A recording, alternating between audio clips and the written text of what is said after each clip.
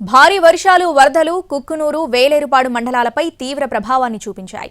వరదల కారణంగా 10 గ్రామాలు పూర్తిగా దెబ్బతిన్నాయి. కుక్కునూరు మండలంలోని 25 గ్రామాలకు రాకపోకలు నిలిచిపోయాయి. జల దిగ్బంధంలో చిక్కుకున్న గ్రామాలకు పడవల ద్వారా నిత్యావసర సరుకులను అందిస్తున్నారు అధికారులు.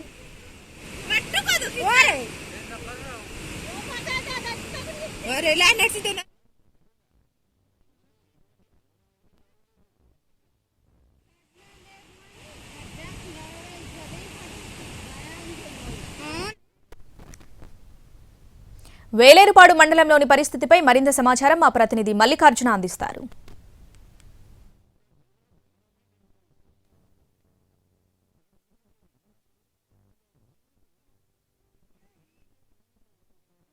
భద్రాద్రి వద్ద గోదావరి ప్రవాహం తగ్గుతున్నప్పటికీ కూడా ఏలూరు జిల్లాలోని వేలేరుపాడు కుక్కునూరు మండలాల్లోని గ్రామాలు ఇంకా ముంపు బారినే పడి ఉన్నాయి.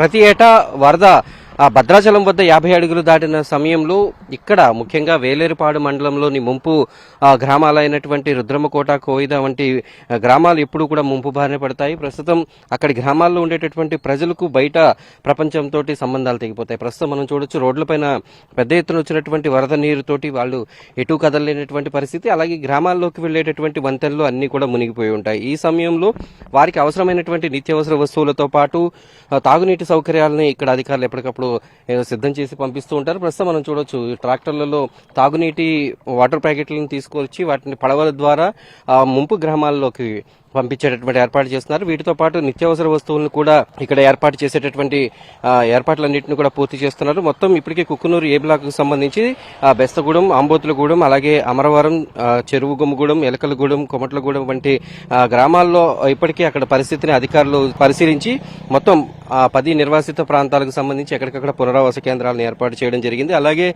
విద్యుత్ లేనటువంటి గ్రామాలను పునరుద్ధరించి అక్కడ జనరేటర్ల ద్వారా అక్కడ కరెంటు సౌకర్యాన్ని కల్పించేటటువంటి ప్రయత్నాలు చేస్తున్నారు. ప్రస్తుతం మనం ఇక్కడ చూడొచ్చు, అక్కడ కనిపిస్తున్నటువంటి కొండపైన మరొక గ్రామం ఉంటుంది, రుద్రమకోట అనే గ్రామం. ఇప్పుడు అక్కడికి పడవల ద్వారా ఈ నిత్యావసర వస్తువులతో పాటు మంచినీటిని, వైద్య సదుపాయాలని అందరినీ కూడా అక్కడ ఏర్పాటు చేస్తున్నారు. జిల్లాకు సంబంధించి మొత్తం ఈ సహాయక కార్యక్రమాలను చేపట్టడానికి 18 బోట్లతో పాటు ఈ కరెంటును అత్యవసరంగా ఎక్కడైనా ఇబ్బందులు ఎదురైతే అక్కడ వెంటనే విద్యుత్ సరఫరాని పునరుద్ధరించేందుకు 12 జనరేటర్లన్నింటినీ కూడా ఏర్పాటు చేశారు. అలాగే నిత్యావసర వస్తువుల్ని ఎక్కడికక్కడ పంపిణీ చేయడానికి 2 బోట్లను ఎప్పటికప్పుడు మరబోట్లను సిద్ధంగా ఉంచారు. ఈ నేపథ్యంలో ఏలూరు జిల్లాలోని అన్ని గ్రామాల్లో కూడా, ముంపు మండలాల్లోని అన్ని గ్రామాల్లో కూడా ఎటువంటి ఇబ్బందులు లేకుండా అధికారులు అయితే ఏర్పాట్లు చేస్తున్నారు.